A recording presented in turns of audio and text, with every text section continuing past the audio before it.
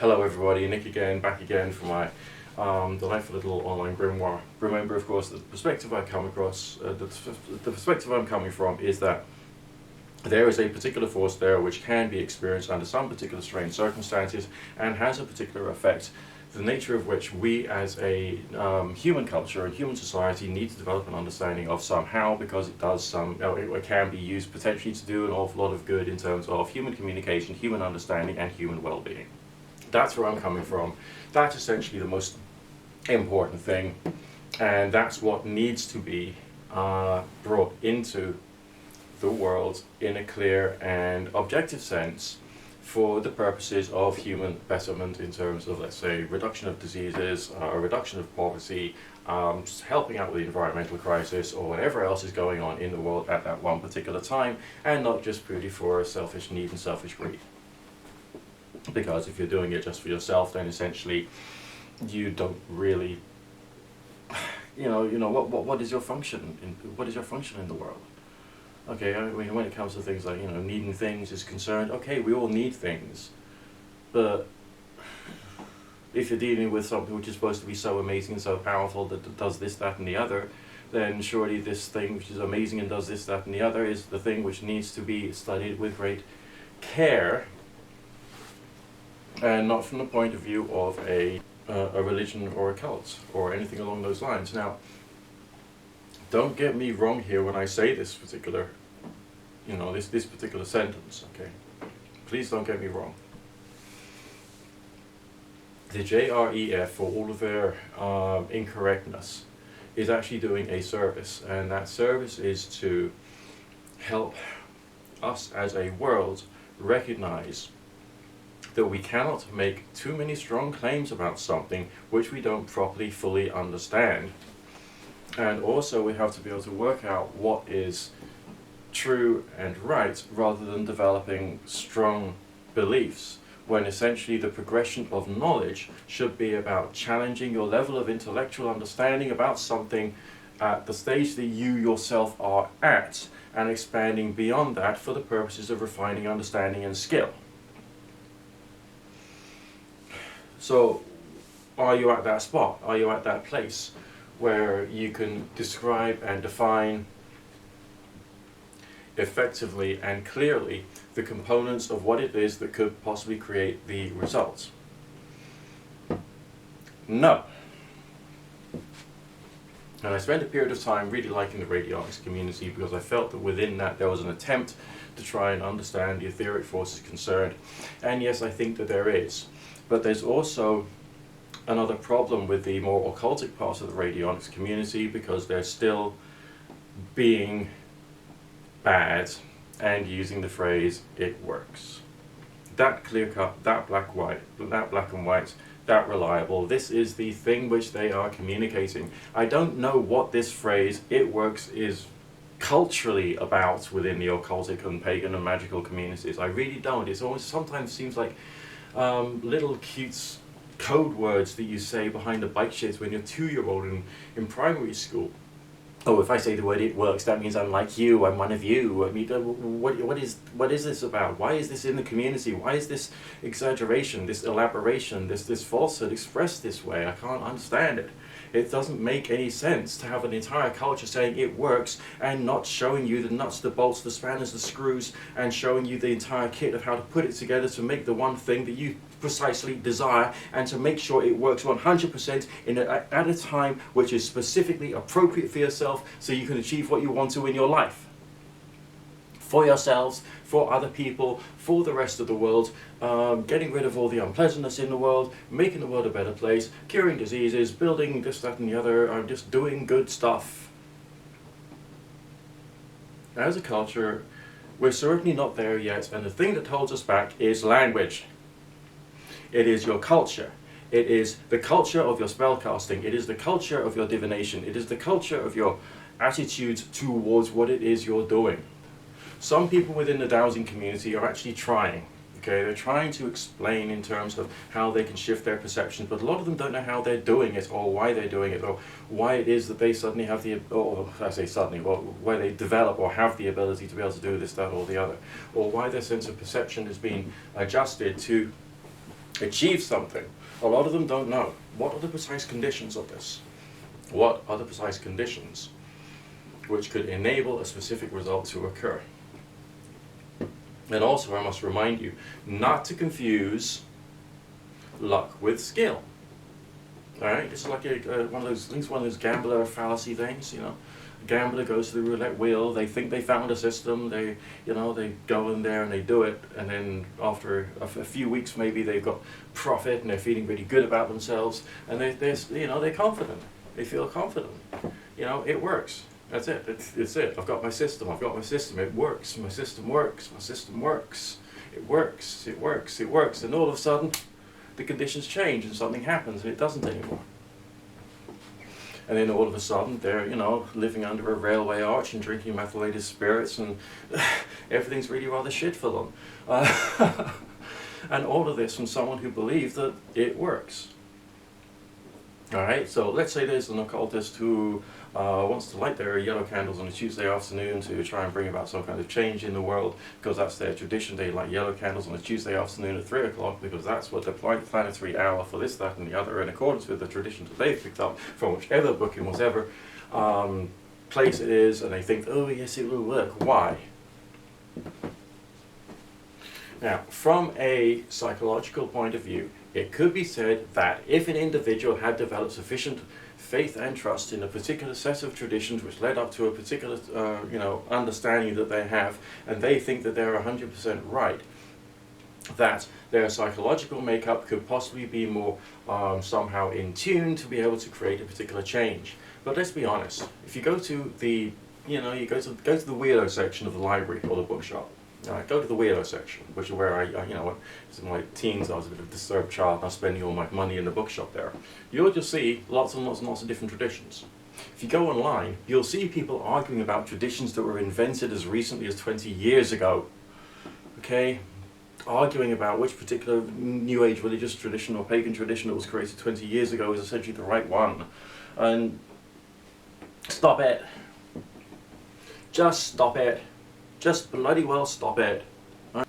You believe you're in control of a power which can change the world. You believe you've discovered the ultimate force of nature. We're in a world when people who have great discoveries, they get things like Nobel Prizes and things. Alright, you've come across this thing, this wonderful force, you call it magic, witchcraft, supernaturalism. What can you use it for? Okay. The very fact that there are different traditions out there in the world, including those which are based upon modern ritual tools and accessories, I kid you not. And these are people who claim the same level of success from their divinations and from their magic as the people from, your Thelemites and Wiccan and Chaos Magic and all the rest of it. They just turn around and say, it works, it works, it works, it works, it works. Technomancy, alright? Using electronic components, silicon chips, diodes, resistors, transistors, capacitors, instead of runestones. Using these things as objects of meditation for the purposes of sending things out into the world. They say the same thing, it works. So all of those people who are saying that tradition is important, one thing I would say to you is get a life. Start thinking, start growing up, start realizing that your tradition might have some variety of political power in the world, but basically when it comes to the study of the actual force that we're trying to understand here and trying to learn how to use for the purposes of human betterment, your traditions are an impediment. Your traditions are wrong. They are a distraction from the truth, and all you want to do is to try and train people into being a particular variety of specific religious lunatic. And therefore this is a complete and utter blasphemy against any form of intellectual human progress whatsoever. And as a result of that, you are specifically retarding growth. Specifically retarding growth. This is not about which is more important, Christianity or paganism. This is not about what's more important, Judaism or Christianity. This is not what's more important about Islam and Sikhism. This is not what's more important about this, that, and the other. No. None of that matters anymore. What kind of attitude do we need to take to this? Okay, there's states of mind which we understand or we think or we feel or we believe is somehow important. Specifically, what are they? And in what ways do they manifest themselves, and what is the specific purpose of each and every single one? Can you develop a clear-minded understanding? Can you then explain that to somebody else who has not come across your particular approach before, and make it so that they get a reliable result? Then can you then repeat the experiment sufficiently for you to be able to build a understanding that the result was not due to chance? I don't think that you personally can, therefore you're in a bad position. I mean, even if you just do a experiment with, I don't know, a 6-sided dice, and to see how many times you could concentrate and make the result of number 4 turn up, alright? How many times would you have to repeat that? Maybe 100 times in one day, and do it for another couple of 100 days. Alright, have you got that kind of concentration? Probably not. Therefore, anything that you think you've put to the test in terms of creating an effect in the outer world has to therefore be considered not to be known. Yes, I'm trying to explain to you that if you're going to use the phrase, it works, there has to be some variety of reliability and repeatability, there has to be some consistency, there has to be the ability to replicate the results, replicate the method in order to try and achieve the same result. My experimentation on myself has suggested that there may well be components to this based purely upon states of mind and states of emotion, and also ways in which we perceive things during, or should I say feel things during the experience. But again, that is what should have been explained to me when I first started out in this culture. That all of the, this whole thing about, you got to draw your pentagrams right, and you got to draw this, that, the other right, you got to do that, the other right. No, you don't.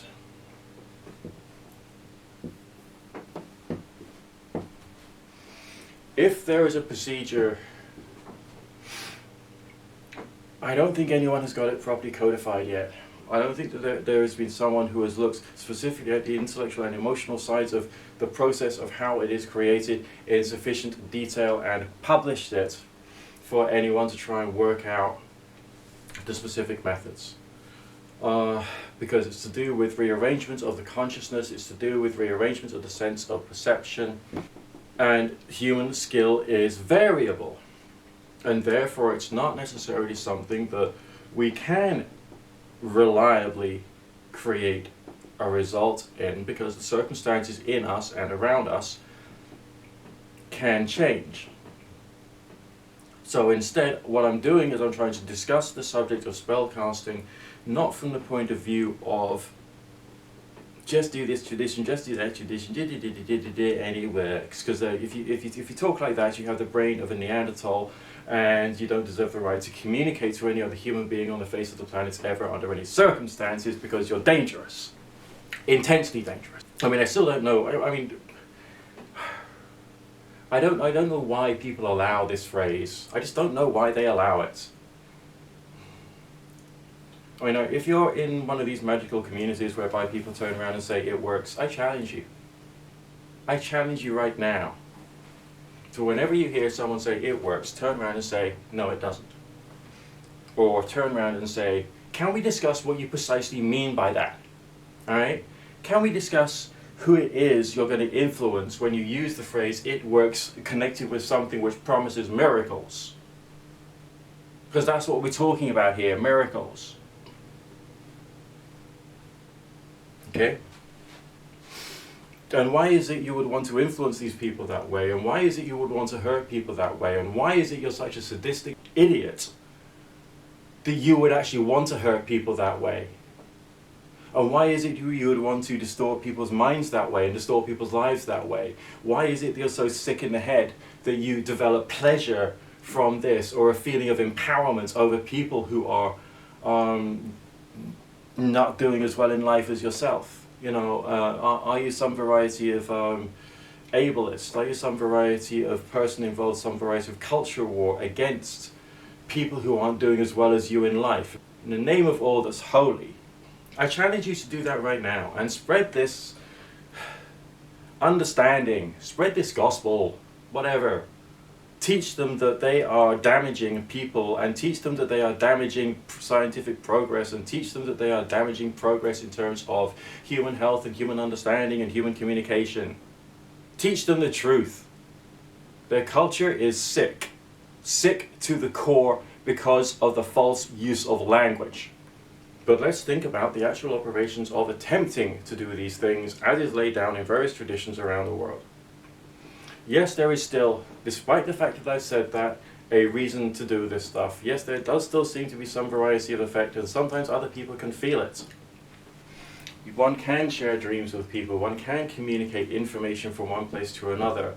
The states of mind are just incredibly odd and incredibly difficult, and I've played around with this for so long to try and find a specific formula for doing particular things, and to try and make it clear cut, and to try and make it so good that one could actually use the phrase "it works" rather than just be in this state of cult language and doing your little Chinese whispers amongst your little friends, because it's so fun to be in a little gang and go around saying it works, it works, it works, when essentially all you're doing is just like lying to yourself and lying to everybody else and damaging people left, right and centre, just because your use of the English language has been completely and utterly murdered as a result of many, many years of very, very stupid people who want to try and alpha up over somebody else using religious bullshit, which most people don't actually believe in as much as they used to anyway. It's just wrong. Why don't you just grow up? Please, please, please. Stop being what you are. Stop caring to promote your religion. Stop caring to promote your traditions. Stop caring to do any of that. Because all of that is retarding humanity. It's retarding people. It's retarding life. It's doing harm. And because of that, we have to say it's an actual objective wrongness. I mean, I'm someone who's doing all this stuff, okay? I'm someone who is actually still doing rituals. I'm someone who's still doing circle casting and lesser rites of pentagrams and all the rest of that at the age 50, okay? Alright? I'm not doing this because I'm, some little teenage child in my bedroom playing with my toys. I'm doing this because I'm trying to understand this because it's important. A component of this, and this is where it gets difficult for humans to be able to separate the two. A component of this is a religious or transcendental state of mind. We should not be afraid of saying that. We should not be afraid of saying that we have to enter into a state of prayer in order to attempt to achieve this, because this is a tool that we use for the purposes of changing our mind, our body, our energy field in some respects, so that we can try and transmit energy from here to there. But on the other hand, we would have to start being very precise about what we're achieving.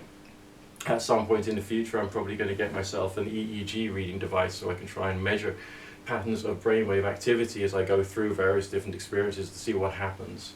Have you tried to do that? No, you haven't. Why not? Because you're where you are in your journey and you haven't been thinking it through, and you just want to sit back on your ass and hear someone say the words, "it works," and be comforted that you've chosen the right particular path, or something along those lines, and you're not really thinking it through.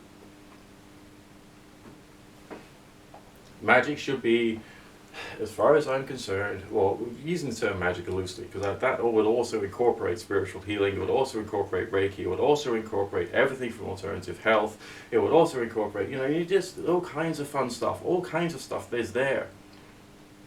Alright? But when we're thinking about it from the supernaturalist point of view, which is what this channel is really about, we have to think about what those components really are.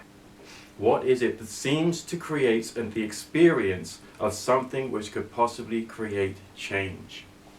What that change is, specifically, what qualities of individuals or situations can be affected by it, and under what conditions that you can create. This is where we have to deviate away from your little religions, your little cultures, and onto something to do with scientific thinking, all right? The actual force is there, it's real, it's got some variety of something to do with it, which has some variety of effect which we need to understand. That's on one side of things, that's the important bit.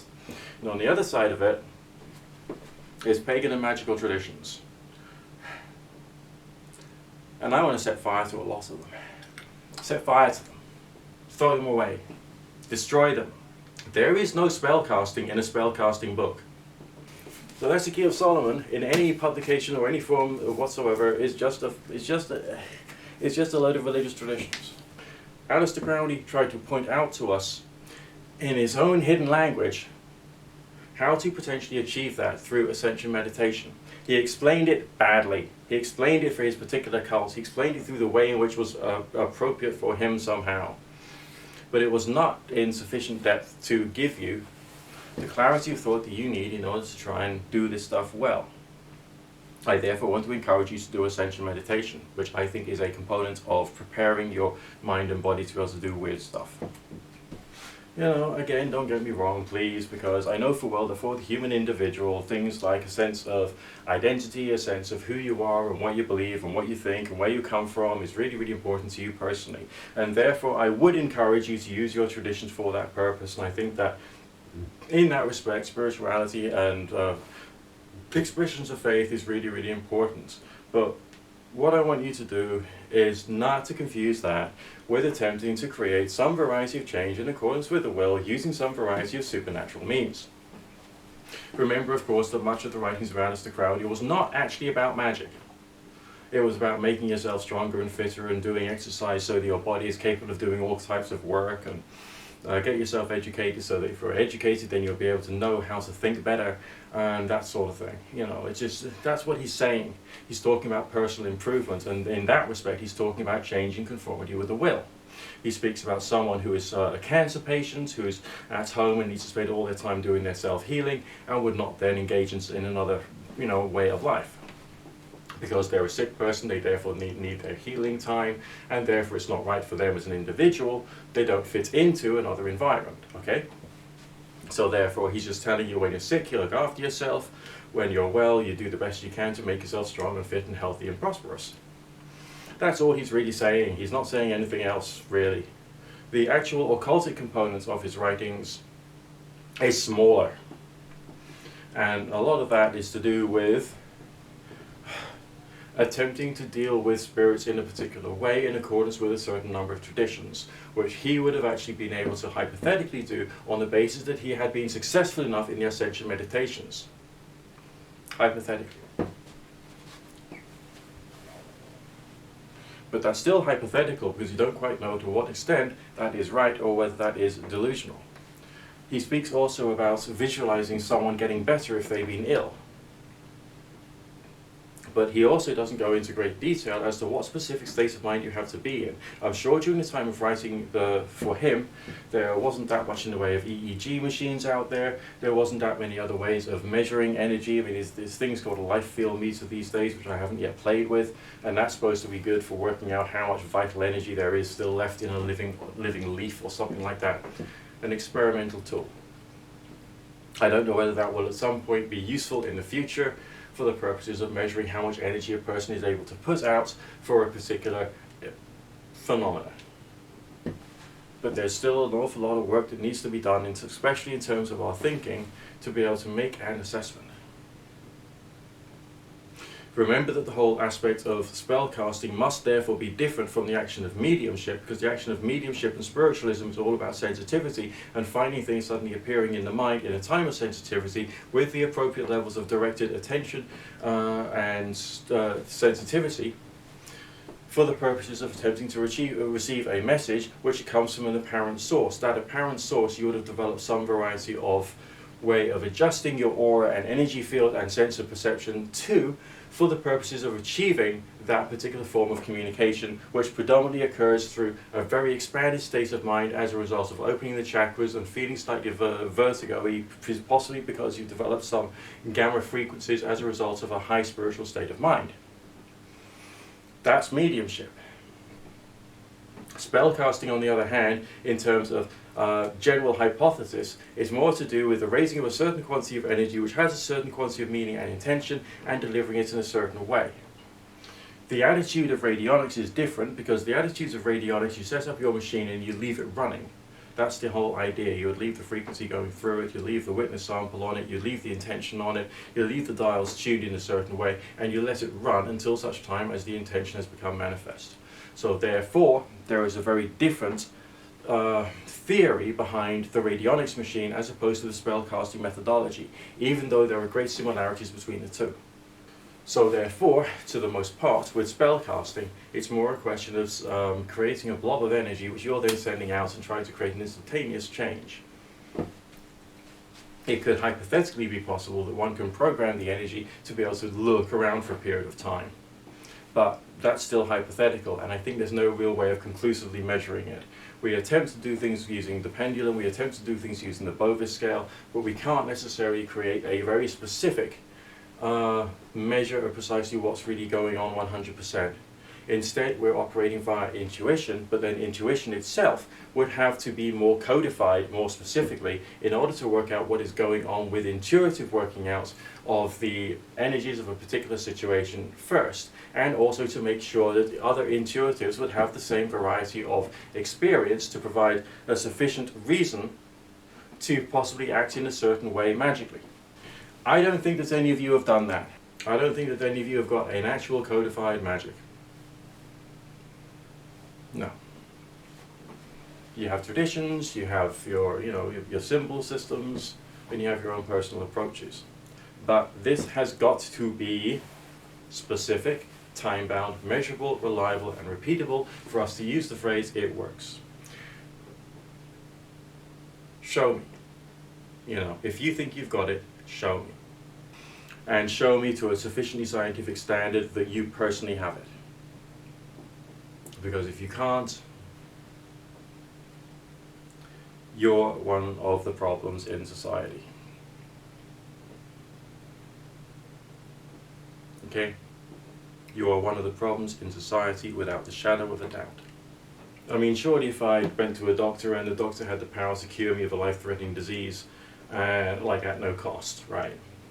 And it would be quick and it would be easy, and they didn't do it. Surely they would be just as bad as the forces which made my disease in the first place, because they have the power to alleviate my suffering, but instead they're just prolonging it through choosing not to help out. So when people go on about, no, I'm not going to help you out with your, with your situation because I've got to think about my karma, that's obviously bollocks, because they've got a karmic issue because they themselves are responsible for your continued suffering if they don't actually interact, if they don't interject, if they don't alleviate it. So all those people who are saying that, I'm not going to help you out because of my karma, then those people aren't the kind of people you need to be dealing with. They're the kind of people you need to be challenging them because they have a moral obligation. I mean, the homeless people who are dying in the streets right now, they don't care that you felt good that it rained on a Tuesday afternoon so you could avoid your PE class. The people starving in the deserts who need water, they don't care that you feel good because you made it rain on a Tuesday afternoon so you could avoid PE. That is, even if it was you that made it happen. Even if it was you that made it happen.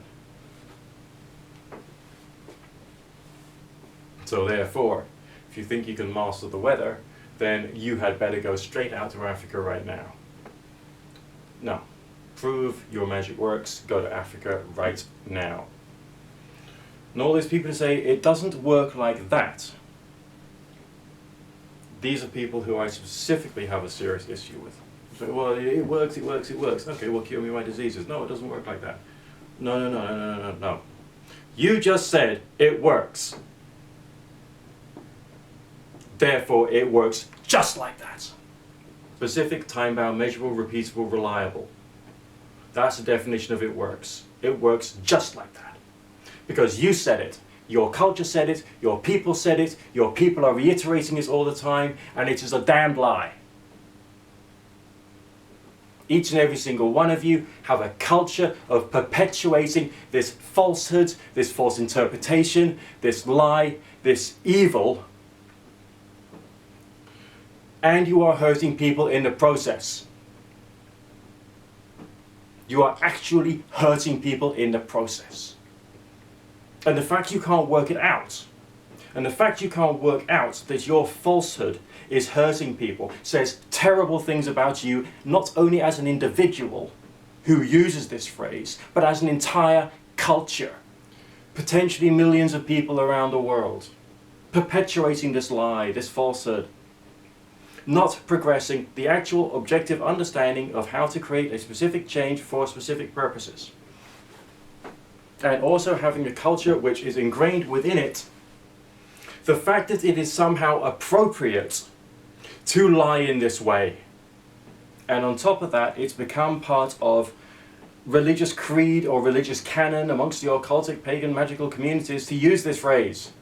Come on, man, it's the 21st century. We've got to be a little bit more advanced than we were when we were Neanderthals and a completely different species of human being. All right? We've got to start using better qualities of thinking. What intellectual and emotional and perceptual components are required for the purposes of invocation? Write it in the comment section. Specifically. What specific psychological and emotional and perceptual rearrangements are required for evocation? Write it in the comments, specifically. Don't talk about your traditions. Don't talk about where you come from. Don't talk about gods and angels and spirits and demons. Let's talk specifically about the rearrangement of the sense of perception, the attention, what the energy is, specifically the right method of raising it, the reliable method of raising it, the method of measuring how well you have raised it, and also specifically the method that you have delivered it to the specific target and made sure the target is accurate enough for you to be able to make that result occur.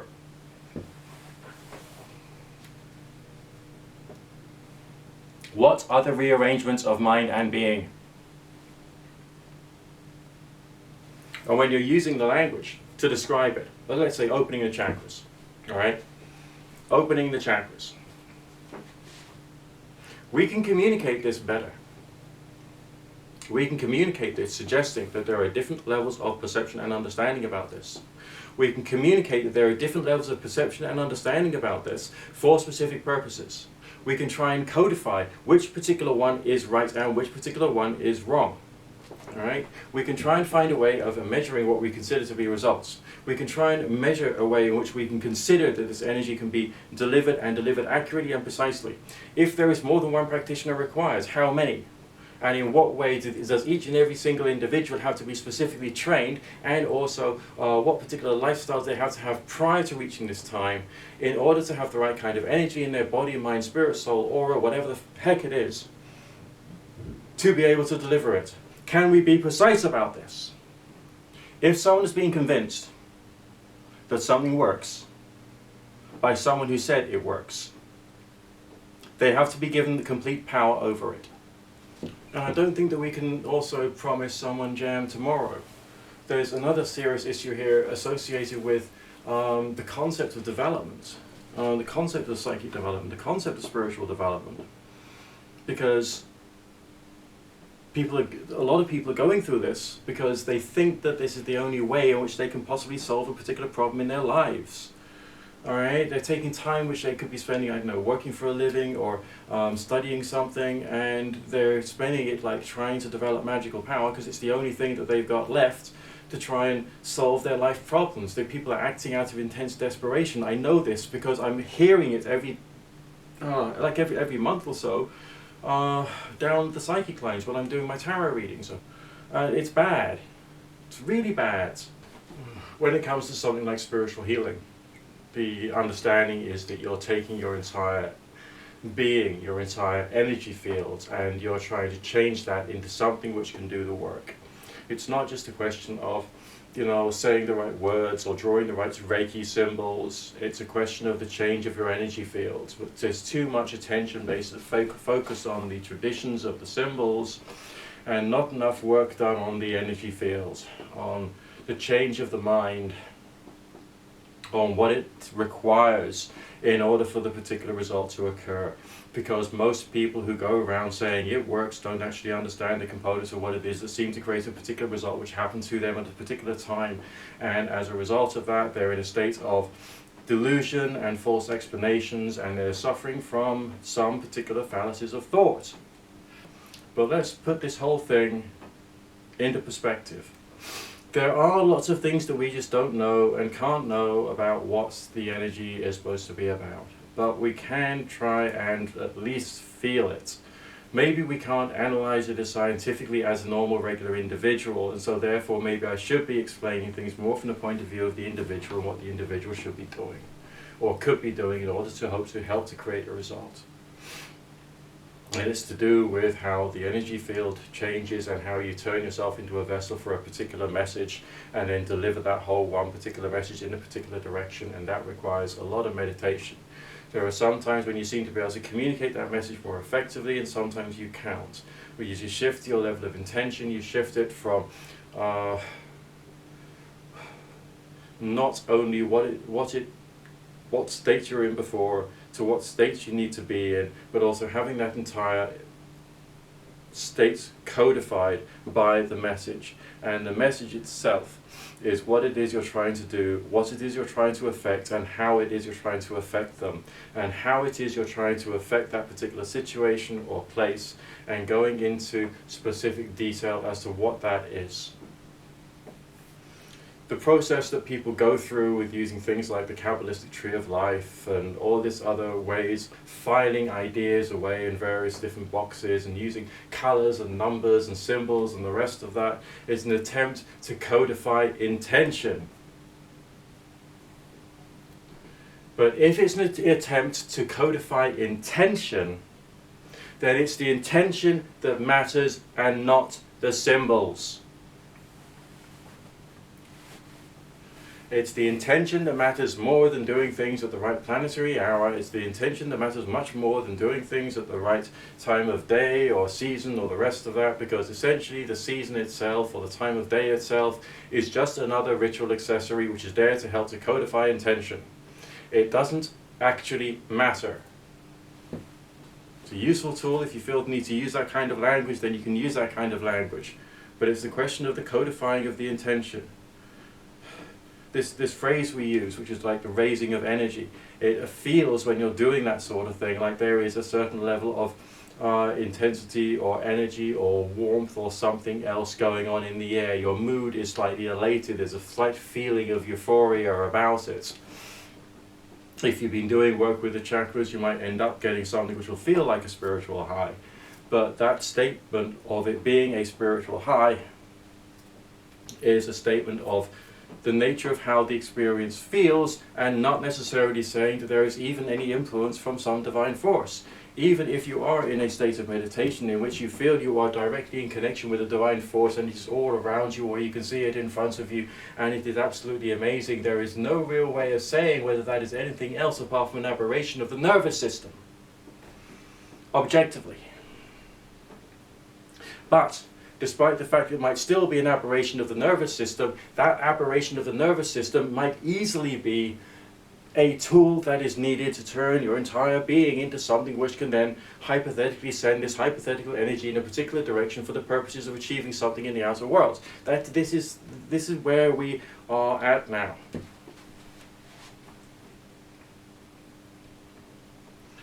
But it feels through the experience as though there is a plasmic energy around you, and it does feel like it's being somehow codified with it, and it develops a feeling of character or personality or mood or energy or characteristics, and sometimes there will be moments when there will be an energy exchange of a feeling of information, or something just like in the Angel of Death experience when I've received this thing that felt like a bolt of static electricity to the head, and there was a message associated with it, which from my point of view seemed to suggest that spiritually speaking, whatever I am was some kind of identity that was created before space and time, just like all of us were, because we're all somehow blobs of a spiritual consciousness which came from a singular particular source way back before even time was created, and therefore there is a reason for us to live and go through these experiences that we're going through, no matter whether they're positive or negative, and to carry on,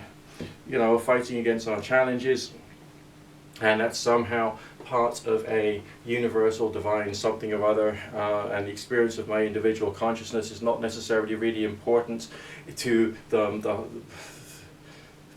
is not really important to me, because I as an individual do not specifically exist, but I am part of the growth and development of the universe itself, as each and every single human being is. But we have to have a choice as to what our intentions are as an individual, and our intentions are for the outer world, and to try and change that intention so that it actually does some good and doesn't do some harm. And me just like screaming and shouting against all the people who say it works is probably the most healing thing I could do for the whole world, because it's wrong. It is morally reprehensible. It's stupid. Seek the experiences, not the theology. Alright, seek the spiritual experiences, because going through those, strange things can happen because you're adjusting yourself somehow, so your perceptions will see something or expand to something bigger than what is currently your physical material existence. So therefore there is a reason to believe in the spiritual reality after all. Yes, fine, but on the other hand, is that still just delusion or a necessary rearrangement of the central nervous system for the purposes of creating the spell casting itself? There's lots of ways we need to think about this more, and seeking being blissed out is not necessarily a good thing. I mean, just because like in Christianity there are people going up to the communion rail hoping that they can develop spiritually enough as a result of taking the body and the blood of Jesus Christ to change them so that they can then get cured of their incurable diseases. There are people who are entering into the magical community for the same reason, and they're trying to do their psychic development so they can then get cured of their diseases and their problems and all the rest of that. So therefore I'm seeing no real difference between the two schools of thought, of fundamentalist Christianity and of course paganism. I just see nothing, magic and all the rest of it, I just see no difference there. When people say magic works, or someone says the power of prayer works, I see no real difference there, because these are still abominations of the use of the English language in quite a substantial way, and it's just adding more and more harm to the world, rather than helping people to focus on what this force could actually be and how they could actually use it. Can you understand that? Can you understand that there is objective evil in fundamentalist religion, and there is objective evil within the occult and pagan community? Can the magical community and the radionics community, it's all there, and there's an awful lot of like twisted thinking and twisted ideas and twisted attitudes which really need to be untangled. We're not here to try and do spirituality, because spirituality is something which is separate, but we can use spirituality for our own betterment. That's fine, that's perfectly okay, that's acceptable, but on the other hand, that's not the attempt to use supernatural forces for the purposes of creating change in the outer world and taking away all the problems of the world. Someone who is like living under a railway arch and dying on the streets, they don't care that you feel good about yourself. They just don't care. Alright, what they need is support, they need relief, they need the situation changed, they need the forces which made them that way removed so that other people don't have to suffer anymore, and change. And you yourself are supposed to be an agent of change, because you can do you say you can do the ultimate science of change in conformity with the will. Okay? What's stopping you? What the heck is stopping you right now? What is stopping you right now? We're in a period of time when there's been enough research done into psi phenomena for us to be able to say that psi phenomena has a objective reality. There is enough of that. But the phenomena having an objective reality is only one step forward, and the whole world believing that psi phenomena exists will not necessarily help people who need the operation of it for the purposes of solving life problems. And they counter magic because magic promises the complete and utter control of psi phenomena for the purposes of controlling life problems and dealing with life issues. That's what it says. That's what the words "it works" says. So what are you as an individual left with? The search for the experiences, the search for how to have the experiences, and to hope that your input will change things. Okay? There's a whole world of difference between going out into the countryside and with your pendulum and divination tools and seeing whether the energies of the earth are working well or working badly, and then performing a little ritual, which is basically prayer, for the purposes of trying to balance and readjust the energies of that place in the hope that it will do some good. On one side of things, and on the other side of things saying it works is something different. Okay? It would be more ethical to suggest that a person who has that understanding and that ability might have the ability to interact with the Earth's energy fields, or indeed if they were treating someone with Reiki, with a person's energy field. What that specific mode of operation is and how effective it would be in alleviating a condition or a problem remains to be open to discussion and debate, but also we can't say that specific results can 100% reliably occur. Thus, we must focus not on the results at all, but focus on the methods. Thinking about it more from what Buddha said. I think it was Buddha. It could have been Krishna. I don't know. One of those cool dudes. All right, they're all awesome, and they're basically all the same guy anyway. So it doesn't really matter. Jesus, Buddha, Krishna, Odin, Thor. They're all the same. They're all the same guy. So do your work with diligence and concentration, caring not for the results. Some people suggest that particular attitude is what is necessary in order to make it work, because you're removing your conscious mind away from the problem, and therefore all of your psychic energy or power can come forward, and therefore that is somehow a good thing. So maybe one could say that a component of attempting to create a change in the outer world is to do the work with diligence and concentration, and also if you're doing it for healing or for whatever, also with love. Okay, with love, which is the emotion which is like really, really needed to bring like positivity into the world anyway. But without focusing on the result. That's an interesting phrase because it leads us away from thinking about what we need to do to create a specific result, as opposed to what we are turning into for the purposes of making ourselves a vehicle and a vessel for that particular result to occur. The Buddhists who do a lot of compassion meditation is not just because they want to be compassionate, it's because they want to have this particular way of thinking and feeling ingrained in themselves, so when there's a natural disaster, the monks can go out from the monastery and help the people, because they will be naturally full of more compassion than the average individual, because they've been increasing that quantity of character and personality inside themselves through meditation. It's more of a physical world change brought about by them changing as individuals into being a specific vessel for that particular physical activity. It's not that they are specifically training for a tsunami. It's not that they are specifically training for an earthquake. It's a question of if there is an earthquake or a tsunami, they can be there and they can be ready because they've got the compassion in them. They have changed in their nature to be able to be compassionate, so they can then go out and do some good. In what way are you changing your energy specifically for your specific variety of spellcasting for you to be able to change that, to create that particular change in the outer world? Write it in the comment section in great detail. I might challenge it, I might mark your work, but write it in the comment section. I want to know what your thoughts really are. Now, maybe the energy itself does seem to operate like a plasma. Now, I felt that before in places of worship. I felt this thing moving around, and it seemed to move like a plasma in a snaky kind of a way around the floor, and then it seems like latch onto people and all that kind of fun stuff, and they felt that and all that stuff. That's that type of energy. And it seems to move like a plasma. So you've got to work out whether you're dealing in a plasmic way or whether you're dealing in more like a instantaneous way, and what particular state of mind are you in which has enabled that. What particular arrangements of your perceptions, thoughts, moods, and character has been enabled to enable that particular expression of energy. Those are the components. Those are therefore the things which could possibly make it hypothetically have an effect. Okay? And I'm using the phrase hypothetically have an effect rather than it works, because I've got a brain in my head and I'm not as stupid as a pagan or a magician or an occultist or a witch. Because I'm actually trying to think about this rather than trying to create another religion.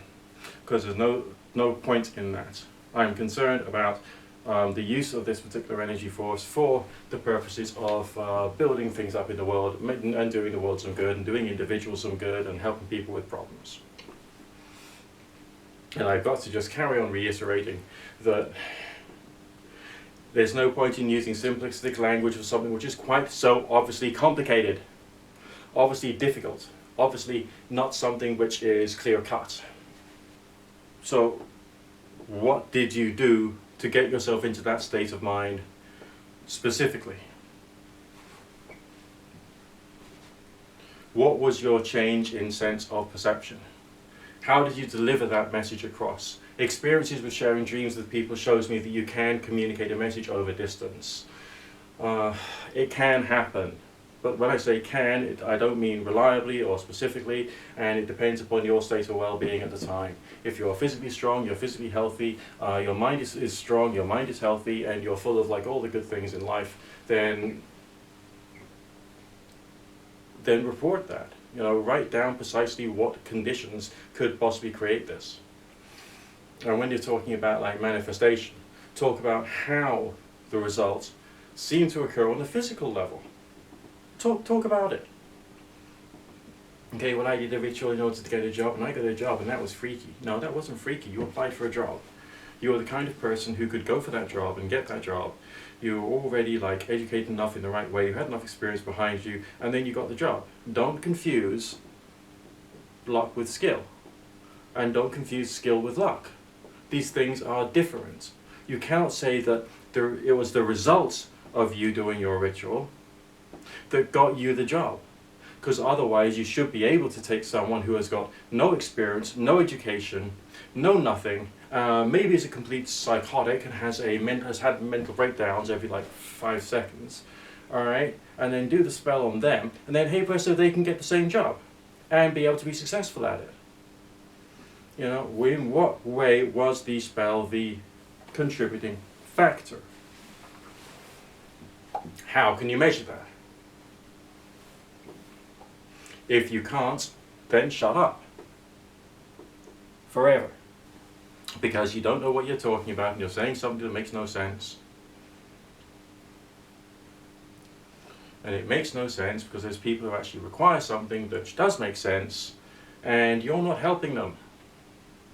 Think about the components. The components are to do with the attitude of mind. The components are to do with the way in which you have done things, okay? The way in which you have practiced things. You can do things following a tradition, but what you're actually doing is manipulating your energy field and your consciousness and your sense of perception. If you ignore the traditions, can you still do the thing? Yes.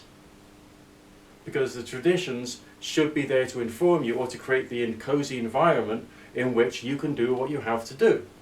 Oh, it's not the final stage, it's not the last bit. It's not the be-all and end. It's not the end of the journey. It's not the end of the discussion. Because the discussion should carry on in terms of what has been achieved, why is it being achieved, how is it being achieved, and what's really going on there. Specific, time-bound, measurable, repeatable, reliable. Specific, time-bound, measurable, repeatable, reliable. We are not there yet. We do not have anything in place which could possibly lead us to think that we have got something so amazing and in place at the moment that we can ever say something quite so concrete about something which isn't. It's much more of an art form than a science at the moment, and an art form of attempting to change your consciousness, an art form of attempting to change your consciousness for the purposes of creating change in the outer world, an art form of meditation, an art form of enhancing your ability to have spiritual experience. And having spiritual experience is just a component in interacting with the natural world in a different way. So for all of your spell casting, all right, do it. By all means, if you need to follow a tradition or you want to follow a tradition, then do so. But your attention should not be based upon the tradition.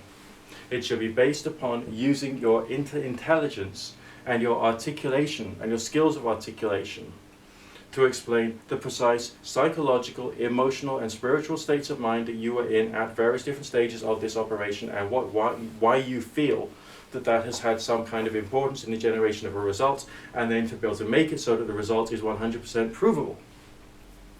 This should be our goal. There are some times when you can get that state of mind right. There's some times when you can't get that state of mind right. There's some times when the energy seems to flow. You seem to be surrounded by the universal energy and it feels great. And there's some times when essentially you have that wonderful feeling, but the result in the outer world just doesn't happen. There's no observable results which you're getting.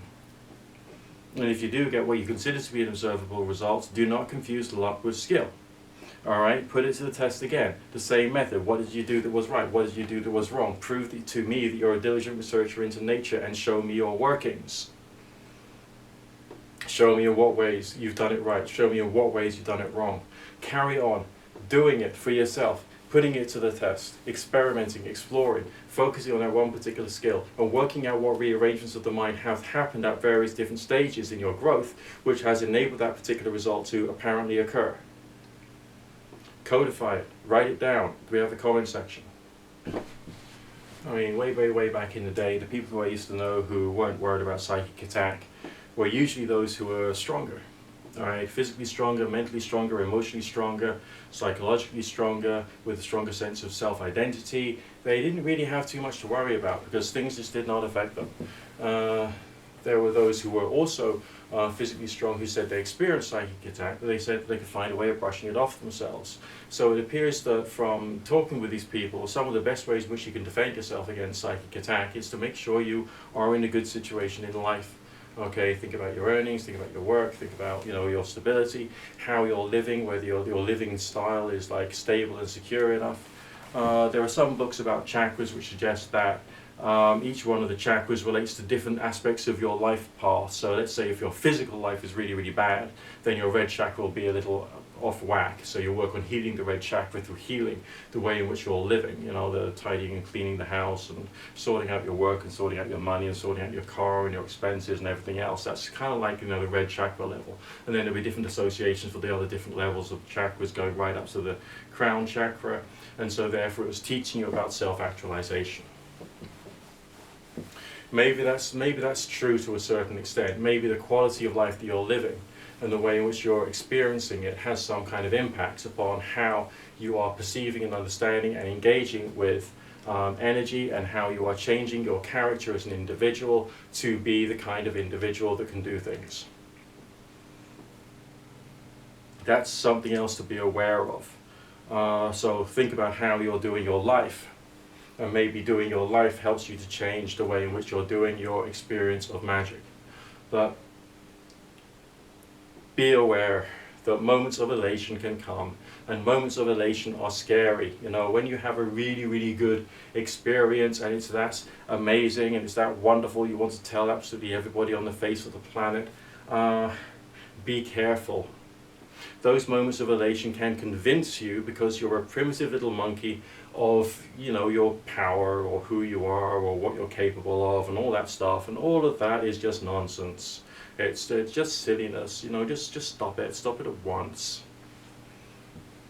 Moments of elation, when you suddenly get something which appears to be a spirit appearing in the circle, or something which appears to be an amazing experience, can make it, oh my god, that's wonderful. Yeah, these things are great. These things are part of the components of the whole thing. But the problem is your mind, okay, and your attitudes and your beliefs as you develop. Because these moments of elation can convince you of all kinds of things, because you're not in a position to think things through, because you're someone who wants to believe in magic and believe that magic works. This is your fallacy. This is where your thinking is wrong. There is a limitation to each and every single thing. If, like the guys from Top Gear test out a new car, they'll see it can do a certain quantity of speed. It can't do twice that speed because it's not physically designed to. Every force has its limitations. Alright, every force can do a particular thing in a particular way under particular circumstances, but it has its limitations. What are the limitations of the force which gave you that moment of elation?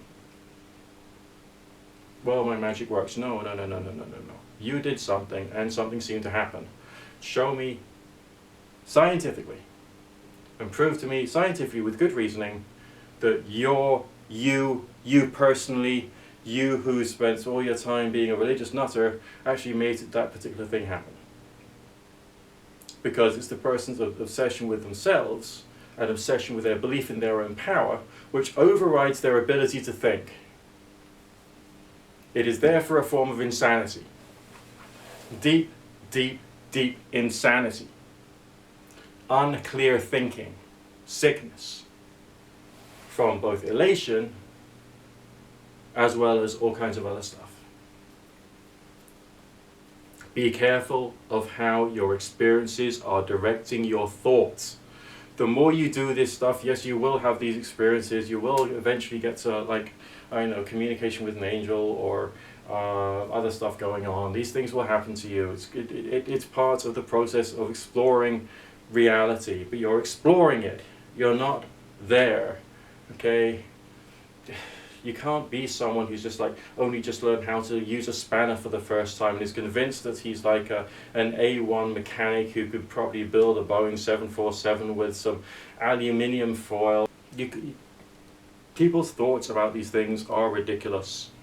So what you're actually doing is going on a journey of growth of sensation and experience, and taking those experiences and those sensations and trying to put them together into a cohesive understanding. And then as you're going through that process, then some fun things will happen which will make you feel that there's something going on here. And there is something going on here, and there is a real force there. But unless we get a culture of the right kind of discussion and debate and communication about this stuff, and we remove all of the cult bullshit and all of the religious bullshit and all of the traditions and all of the stuff, and we get down to the nitty-gritty of what's actually happening, that we won't be able to change people's minds as to what can actually be done, and to turn this into something which is part and parcel of the way in which people live and actually does some good for people. Which should be our goal. That should be the definition of the great work.